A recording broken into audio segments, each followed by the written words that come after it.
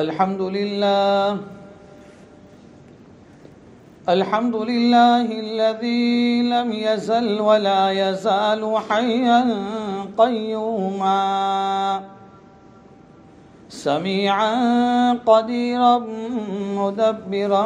بصيرا ونشهد أن لا إله إلا الله وحده لا شريك له ونشهد أن سيدنا ومولانا محمدا عبده ورسوله أما بعد فأعوذ بالله من الشيطان الرجيم بسم الله الرحمن الرحيم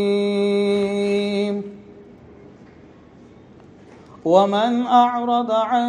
ذكري فإن له معيشة ضنكا ونحشره يوم القيامة أعمى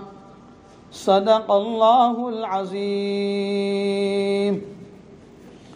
اللهم صل على سيدنا محمد وعلى آل سيدنا محمد وبارك وسلم حق تعالی جل شانہ نے اس دنیا میں انسان کو بے شمار نعمتوں سے مالا مال فرمایا.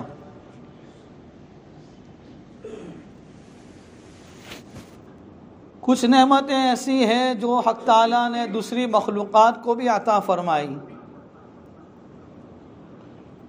اور کچھ نعمتیں ایسی ہیں جو حق تعالیٰ نے انسانوں کو عطا فرمائی ہے.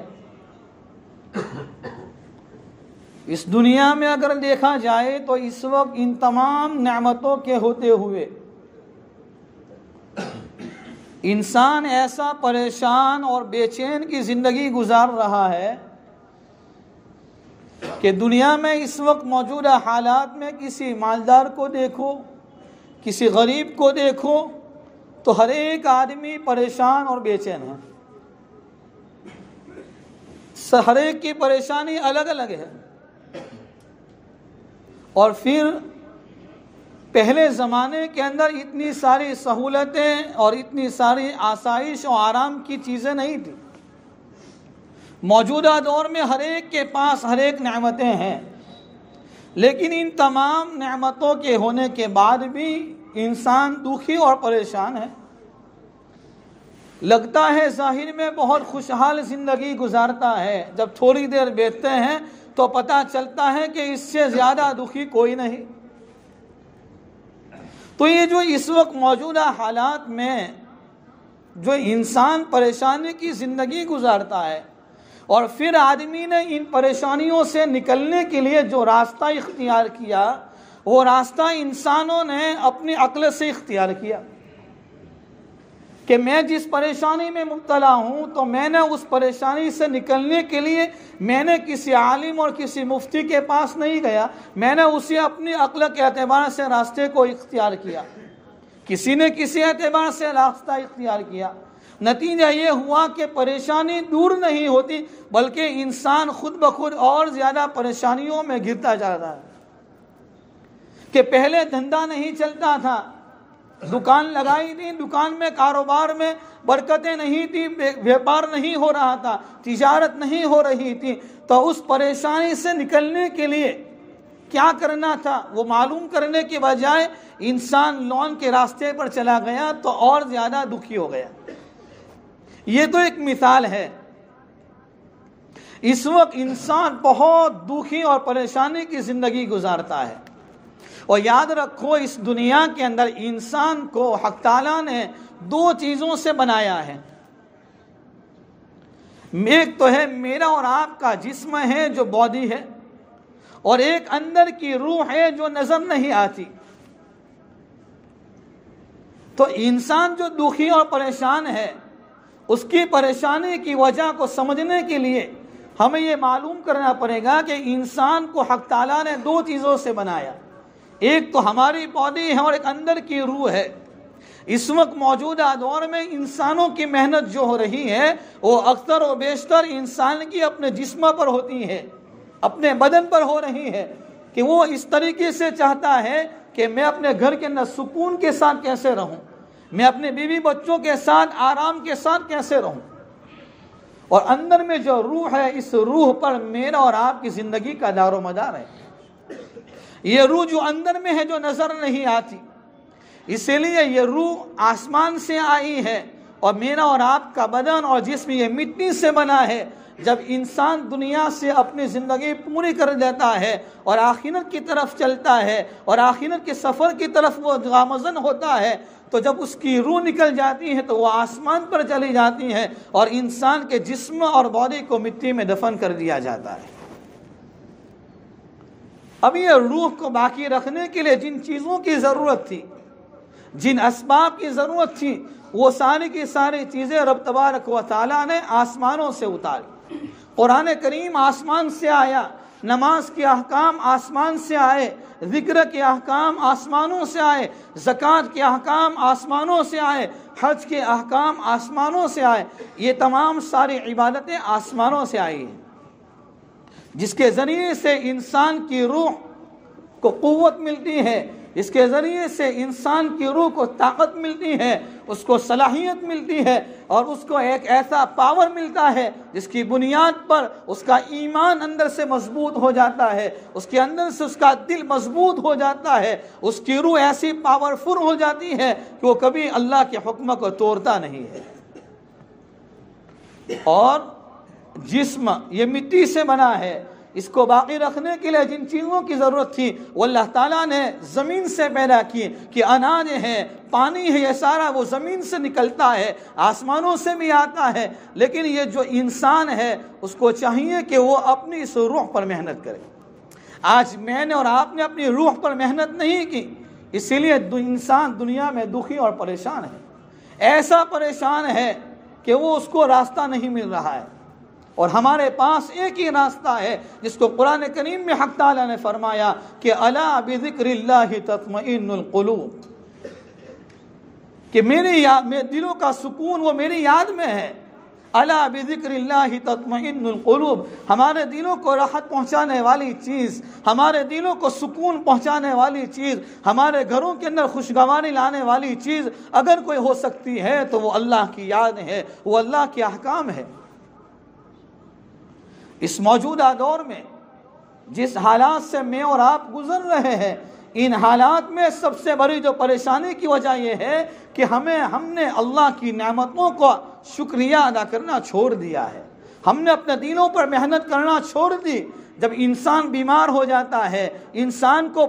پریشر کی بیماری ہو جاتی ہے، انسان کو شوگر کی بیماری ہو جاتی ہے، 2-4 دن بخار آتا ہے تو اس کو کھانے میں مزہ نہیں آتا ہے، اس کے سامنے بہترین سے بہترین چیزیں رکھو اس کو ٹیسٹ معلوم نہیں ہوتا۔ آج ہم برسوں سے نماز پڑھتے ہیں، ہم بالغ ہونے کے بعد سے نمازیں پڑھ رہے ہیں، روزانہ قرآن کریم کی تلاوت کر رہے ہیں، روزانہ اپنے ہاتھوں کو اٹھا کر اللہ سے مانگ رہے ہیں، ہزاروں نہیں لاکھوں کی اور لاکھوں کی تعداد میں انسان اللہ کے سامنے ہاتھوں کو اٹھاتا ہے، لیکن ہمیں اپنی دعائیں قبول ہونا معلوم نہیں ہوتی۔ کیوں؟ کہ ہم نے جس دل پر محنت کرنا تھا اس پر محنت کرنا چھوڑ دیا۔ یاد رکھو، ہمیں سب سے پہلے اس موجودہ دور میں اپنی بیماری کو پہچاننا پڑے گا۔ جب آدمی کو بخار معلوم ہوگا اور اس کو یہ احساس ہوگا کہ مجھے بخار ہو رہا ہے، مجھے پریشر کی بیماری ہے، مجھے اندر میں شوگر کی بیماری ہے، مجھے پیٹ میں درد ہے، تو وہ کسی ڈاکٹر کے پاس جائے گا۔ جب آدمی کو بیماری کا احساس نہ ہو، تو وہ نہ کسی حکیم کے پاس جا سکتا ہے، نہ وہ کسی ڈاکٹر کے پاس جا سکتا ہے۔ ایک ہے جسمانی بیماری اور ایک ہے روحانی بیماری۔ جسمانی بیماری کے آنے کی وجہ سے انسان کا بدن کمزور ہو جاتا ہے، چلنے کی طاقت نہیں رہتی، آنکھوں میں دیکھنے کی صلاحیت نہیں رہتی، زبانوں میں بولنے کی طاقت نہیں رہتی۔ اور جب روح کی اور روحانی بیماریاں آ جاتی ہیں تو آدمی کتنی بھی نمازیں پڑھتا ہے، اس کو ان نمازوں کے اندر ٹیسٹ معلوم نہیں ہوتا، نمازوں میں لذت معلوم نہیں ہوتی۔ آج ہم برسوں سے نماز پڑھتے ہیں، قرآن کریم کی تلاوت کرتے ہیں، ذکر و اذکار کرتے ہیں، لیکن کہتا ہے مولانا میں نماز بھی پڑھتا ہوں، میں وظیفے بھی پڑھتا ہوں، میں راتوں میں اٹھ کر تہجد بھی پڑھتا ہوں، لیکن کیا باتیں ہیں؟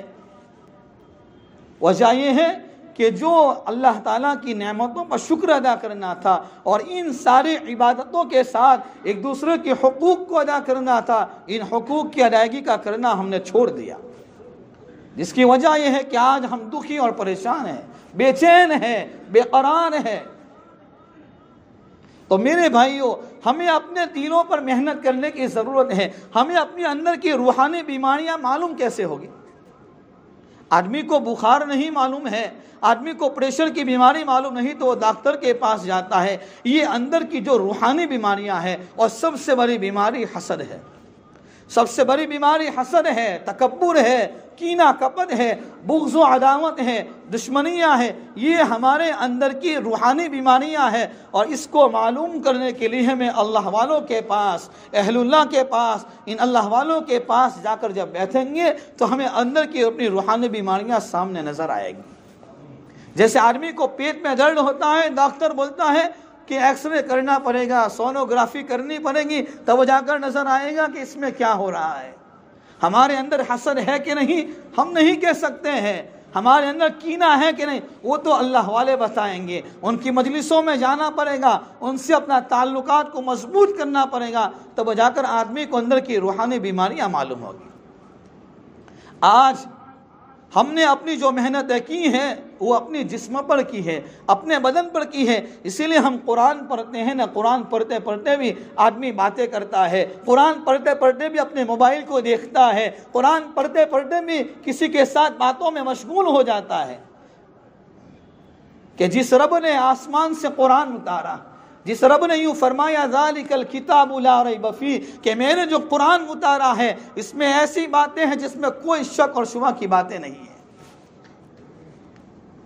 تو وہ قرآن ہم اپنے ہاتھوں سے ہے، اپنے ہاتھوں میں لیے ہوئے ہیں، اپنی زبانوں سے اس کی تلاوت کر رہے ہیں، لیکن دوسروں کے ساتھ مشغول بھی ہیں، اپنی باتوں میں موبائل میں مشغول ہے۔ وجہ یہ ہے کہ ہم نے جب قرآن کا ادب چھوڑ دیا، اللہ کی نعمتوں کی ناقدری کرنا چھوڑ دیا، ناشکری پر آ گئے، تو پھر یہ ساری عبادتیں کرنے کے بعد بھی ہماری زندگیوں کے اندر وہ سکون اور وہ راحت نہیں ہے۔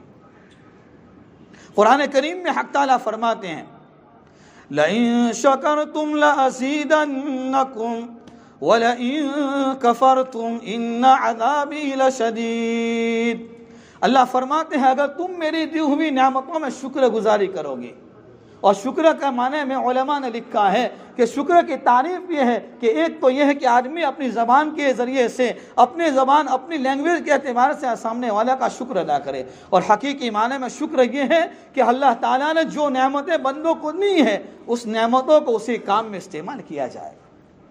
یہ دل ہے وہ اللہ کی یاد کے لیے ہے، یہ دل ہے اللہ کی محبت کو اتارنے کے لیے ہے، یہ دل ہے جس میں اللہ کی معرفت کو داخل کرنے کے لیے ہے، یہ دل ہے جو اللہ کا گھر ہے، جس دل کے اندر اللہ کو سمانا ہے، جس دل کے اندر اللہ کی محبت کو داخل کرنا ہے، جس دل میں پیارے نبی کی سچی محبت کو داخل کرنا ہے، جس دل میں قرآن کی عظمت کو پیدا کرنا ہے، جس دل میں سنتوں کی اہمیت کو لانا ہے، سنتوں سے محبت پیدا کرنے کی ضرورت۔ یہ ہمارا جو دل ہے نا وہ اندر میں وہ نظر نہیں آتا، اسی لیے اس دل پر محنت کرنے کی ضرورت ہے۔ جیسے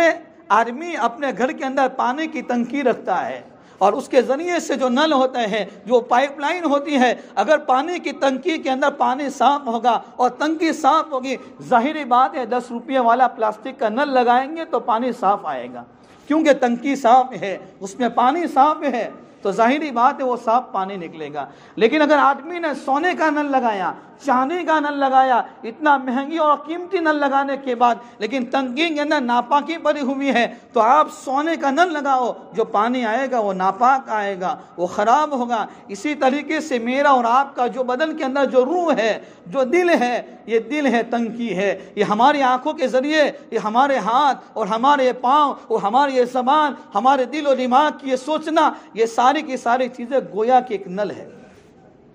اگر دل کے اندر اللہ کی محبت ہوگی تو ہماری آنکھیں کبھی غلط کام نہیں دیکھ سکتی، غلط چیزوں کو نہیں دیکھ سکتی۔ اگر دلوں کے اندر اللہ کا ڈر ہے، اللہ کا خوف ہے، اللہ کی معرفت ہے، آدمی اپنے ہاتھوں کے ذریعے سے کبھی کسی پر ظلم نہیں کر سکتا۔ اگر دلوں کے اندر محبت ہے، اللہ سے ہونے کا یقین ہے اور اللہ کا ڈر ہے، اللہ کا خوف بٹھایا ہوا ہے، اس کی معرفت ہے، تو یاد رکھو پھر آدمی غلط کام کرنے سے پہلے 1000 مرتبہ سوچتا ہے۔ اس کا دل اندر سے اس کو جھنجھوڑ رہے گا کہ او بندے، جس رب کی تو اس زمین پر رہ کر اور ساتوں آسمان کے نیچے رہ کر تو تیرے رب کی ہزاروں نعمتیں استعمال کرتا ہے، اس محسن کی تو نافرمانی کرتا ہے، آدمی کا دل اندر سے اس کو جھنجھوڑ دے گا۔ آج آدمی نماز پڑھتا ہے، قرآن کی تلاوت کرتا ہے، ذکر و اذکار کرتا ہے، لیکن نہ مسجد میں آنے کا آداب ہے، نہ قرآن کریم کے پڑھنے کے آداب ہے، نہ علماء کے پاس جانے کے آداب ہے، نہ ہمیں کسی سے بات چیت کرنے کے آداب ہے۔ یہ کیوں ہے کہ جن چیزوں کو کرنا تھا ان کو ہم نے چھوڑ دیا ہے، اور ہم نے اپنے رب کی نعمتوں کو استعمال کرنے کے بعد بھی ہم ناشکریاں کر رہے ہیں، بغاوتیں کر رہے ہیں۔ ہم روزانہ رب کی نعمت کی ناشکری کرتے کرتے بھی ہم ایسے دور چلے گئے ہیں جس کی بنیاد پر ہمارے دلوں کے اندر ایک مردہ نگی آ گئی ہے، گویا کہ دل اندر سے سو گیا ہے، مر گیا ہے، جس کی بنیاد پر ہمارا دل اندر سے ہمیں جھنجھوڑتا نہیں۔ آج جمعہ کا دن ہے، ہم سب نے غسل کر کے آئے ہیں، ہم سب نے صبح میں غسل کیا ہے، لیکن کیا جب ہم صبح کے اندر اپنے غسل خانے میں گئے تھے اور اپنے ہاتھوں سے پانی ڈالا تھا اپنے بدن کے اوپر، کیا کبھی ہم نے یہ سوچا کہ او میرے رب، آج تو میں اپنے ہاتھ سے بدن پر پانی ڈالتا ہوں، میری زندگی کا ایک دن وہ آنے والا ہے، ایک گھڑی وہ آنے والی ہے، ایک ٹائم وہ آنے والا ہے، نہ معلوم میرے بدن پر کون پانی ڈالے گا۔ یہ دل پر محنت کرنا چھوڑ دیا۔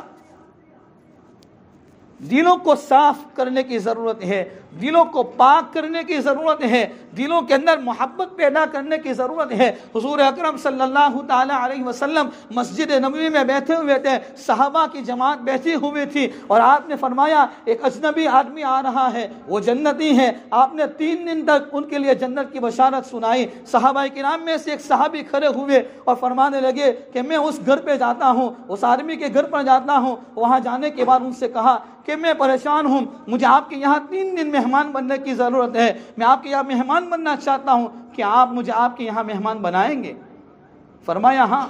3 دن کے بعد واپس لوٹنے لگے اور کہا کہ میں تو اس وجہ سے آیا تھا کہ پیارے نبی کی مبارک زبان سے میں نے آپ کے بارے میں یہ کلمہ سنا، یہ جملہ سنا کہ جو اجنبی آنے والا ہے، آ رہا ہے، وہ جنتی ہے۔ میں 3 دن تک آپ کے پاس رہا، میں نے آپ کی زندگی میں سے کوئی ایسی بات نہیں دیکھی کہ جو نہیں ہو، جو اجنبی معلوم ہوتی ہے۔ فرمایا ساری عبادتیں ہیں۔ وہ صحابی واپس لوٹ رہے تھے، ان صحابی نے واپس بلایا کہ آؤ آؤ، ہاں مجھے ایک بات یاد آتی ہے کہ میں رات کو سونے سے پہلے اپنے دل کو دوسروں کی برائیوں سے اور دوسرے کے کینہ کپت سے، حسد سے، بغض و عداوت سے اپنے سینے کو پاک اور صاف کر کے سوتا ہوں۔ ہمارا حال تو یہ ہے کہ ہم جس امام کے پیچھے نماز پڑھتے ہیں، ہم اسی باہر نکل کر اسی کی برائی کرتے ہیں۔ ہم اپنے دلوں کو پاک اور صاف کرنے کی ضرورت ہے، جب دل اندر سے صاف ہوگا۔ اسی لیے اللہ کے نبی نے فرمایا اذا صلحت صلح الجسد كله واذا فسدت فسد الجسد كله الا وهي القلب، کہ جب انسان کی باڈی میں ایک گوشت کا لتھڑا ہے جو صحیح اور درست ہو جاتا ہے، انسان کی باڈی صحیح ہو جاتی ہے، جب وہ بگڑ جاتا ہے اس کی پوری باڈی بگڑ جاتی ہے۔ مطلب یہ ہے کہ جب انسان کا دل اگر اللہ کی محبت سے بھرا ہوا ہوگا، اللہ کی معرفت سے بھرا ہوا ہوگا، تو پھر انسان کے بدن سے ہونے والے اعمال یہ اعمال صالحہ ہوں گے، یہ صحیح اعمال ہوں گے۔ آج ہم جو دکھی ہیں، ہم جو پریشان ہیں، اپنے دلوں کو، آدمی نماز پڑھتا ہے، دوسروں کے حقوق کو ادا نہیں کرتا، دوسرے کو حقوق کو پامال کرتا ہے، یہ ساری وجہ ہے جس بنیاد پر ہم دکھی اور پریشان ہیں۔ مسلمانوں، میرے بھائیوں، اپنی زندگی کے اندر ہمیں روزانہ کچھ وقت نکالنا چاہیے اس دل پر محنت کرنے کے لیے۔ اسی لیے امام غزالی رحمۃ اللہ علیہ نے فرمایا کہ آدمی جب صبح میں بیدار ہوتا ہے اس کو چاہیے کہ وہ سب سے پہلے اپنے نفس کے ساتھ، اپنے دل کے ساتھ مشاہدہ کرے اور اس کے ساتھ شرط لگائے کہ آج تجھے 5 نمازیں جماعت کے ساتھ تکبیر اولیٰ کے ساتھ ادا کرنا ہے، آج تجھے ہر کام سنت کے مطابق کرنا ہے۔ اور پھر اپنے نفس کے ساتھ جو مشارطہ کیا ہے، جو شرط لگائی ہے، فرمایا کہ دوپہر میں جب کام شروع ہو جائے اپنے گھر سے نکل جائے، اور جو اپنے نفس کے ساتھ جو معاہدہ کیا ہے، فرماتے ہیں کہ جب وہ کام شروع کرتا ہے تو اللہ کی طرف متوجہ ہو جائے، اے اللہ میں نے تو اپنی حیثیت کے مطابق، اپنی طاقت کے مطابق اپنے نفس کے ساتھ معاہدہ کیا ہے، لیکن اس معاہدے میں مضبوط اترنے کے لیے اور پختہ اترنے کے لیے اور اس میں کامیابی تک پہنچنے کے لیے اے اللہ تیری توفیق کی ضرورت ہے، تیری مدد کی ضرورت ہے۔ جب تک تیری طرف سے توفیق شامل حال نہیں ہوگی میں کچھ نہیں کر سکتا۔ اور اگر 5 نمازوں اور دوسری عبادتوں کا ہم نے اپنے دل کے ساتھ معاہدہ کیا اور فرمایا کہ رات کو سونے سے پہلے مراقبہ کرو، کہ مراقبہ کہ نفس، اے دل، میں نے تیرے ساتھ یہ وعدہ کیا تھا کہ تجھے 5 نماز تکبیر اولیٰ کے ساتھ ادا کرنا ہے، لیکن اس میں سے تو نے ایک نماز چھوڑ دی تھی جس میں تو نے تکبیر اولیٰ کا اہتمام نہیں کیا،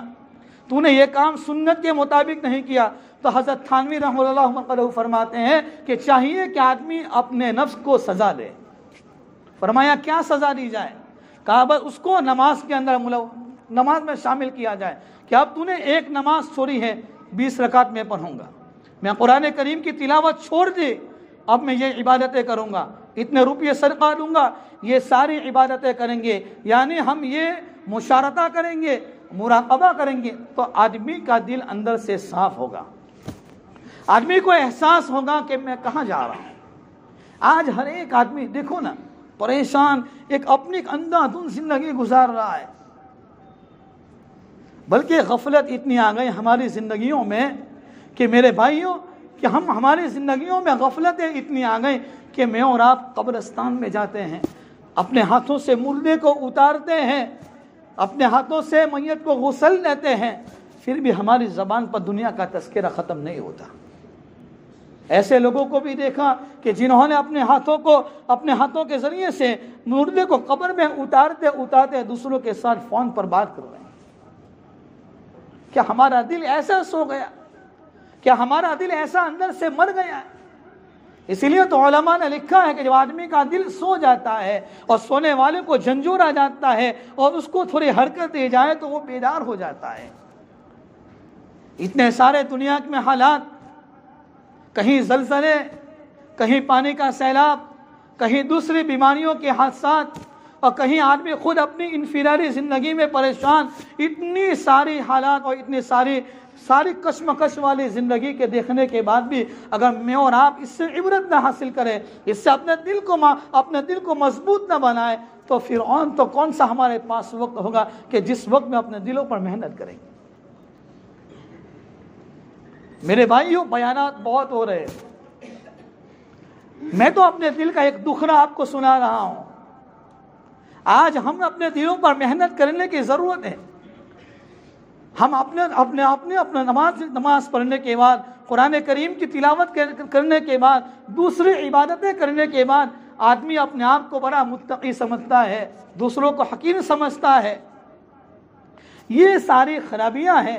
جنہوں نے ہمارے اندر سے نیکیوں کو چھین لیا ہے، اللہ کی معرفت کو چھین لیا ہے۔ آدمی راتوں کو تہجد میں اٹھتا ہے۔ میں آپ کو ایک بات بتلاؤں کہ ایک آدمی تہجد پڑھنے کے لیے رات کو 3 بجے ٹھنڈی میں اپنے بستر سے اٹھتا ہے اور ٹھنڈے پانی سے وضو کرتا ہے، ٹھنڈے پانی سے غسل کرتا ہے، پھر تہجد کی نماز پڑھتا ہے، پھر اللہ کے سامنے مانگتا ہے، فجر کی نماز بھی پڑھتا ہے، اور جیسے ہی نماز پڑھ کے باہر نکلتا ہے فوراً زبان سے یہ جملہ بولتا ہے، وہ بڑا لمبی نمازی ہے، نماز پڑھتا ہی نہیں۔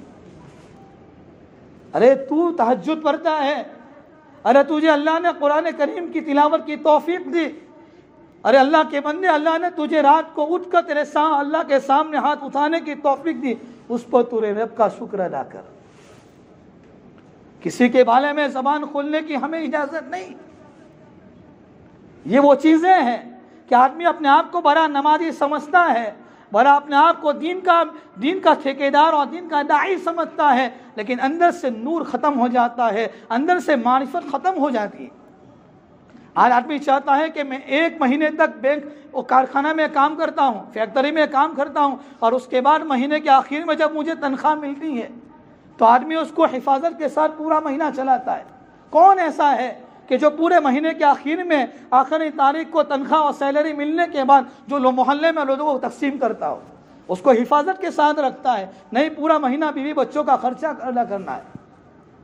ہم تو نماز پڑھ کے مسجد سے باہر کھڑے ہو جاتے ہیں اور ہماری نیکیاں ضائع و برباد ہو جاتی ہے، جس کی وجہ سے نمازیں پڑھنے کے بعد، قرآن کریم کی تلاوت کے بعد جو دلوں کے اندر جو کیفیت بننی چاہیے تھی، جو انسان کو اعمال صالحہ پر استقامت دے، وہ کیفیت ختم ہو جاتی ہے۔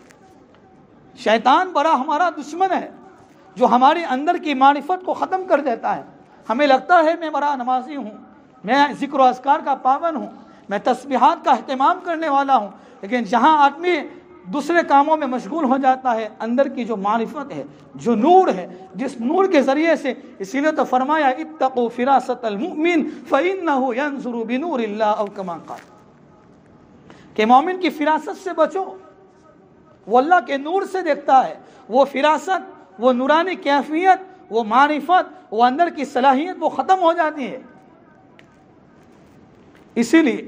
آج کی اس مبارک مجلس میں یہ عہد لے کر جائیں، یہ نیت کر کے اٹھیں کہ انشاءاللہ ہم روزانہ رات کو سونے سے پہلے اپنے دل پر محنت کریں گے، اور اپنے دل پر اپنے مراقبہ کریں گے، اپنے گریبان میں جھانکیں گے۔ آج جمعہ کا دن ہے، ربیع الاول کا مبارک مہینہ چل رہا ہے، بتاؤ اپنے دل کے اندر، اپنے گریبان میں یہ مراقبہ کریں، یہ جھانکیں کہ میں روزانہ سرکار پر کتنا درود پاک کا اہتمام کرتا ہوں، روزانہ کتنا درود پاک ہم پڑھتے ہیں۔ صرف میں اپنی زبان سے محبت ہونے کا دعویٰ کروں تو یہ دعویٰ کرنا غلط ہوگا۔ ہونا تو یہ چاہیے تھا کہ اس ربیع الاول کے مہینے میں روزانہ کم سے کم 1000 مرتبہ ہم سرکار پر درود پاک کا نذرانہ پیش کریں۔ جمعہ کا مبارک دن ہے، سورہ کہف کی تلاوت اور درود پاک کی کثرت، کہ جمعہ کے دن کثرت سے درود پاک پڑھو، اور درود پاک بھی اس نیت کے ساتھ پڑھو، اس طریقے سے ادب کے ساتھ پڑھو کہ جس میں ایک ایک لفظ پر آدمی کو اللہ کی معرفت اترتی ہوئی نظر آئی، اللہ کی محبت اس نیت کے ساتھ پڑھیں کہ سرکار کی زیارت نصیب ہو جائے۔ آج ہم نے میرے بھائیوں اپنے دلوں پر وہ محنت کرنا چھوڑ دیا۔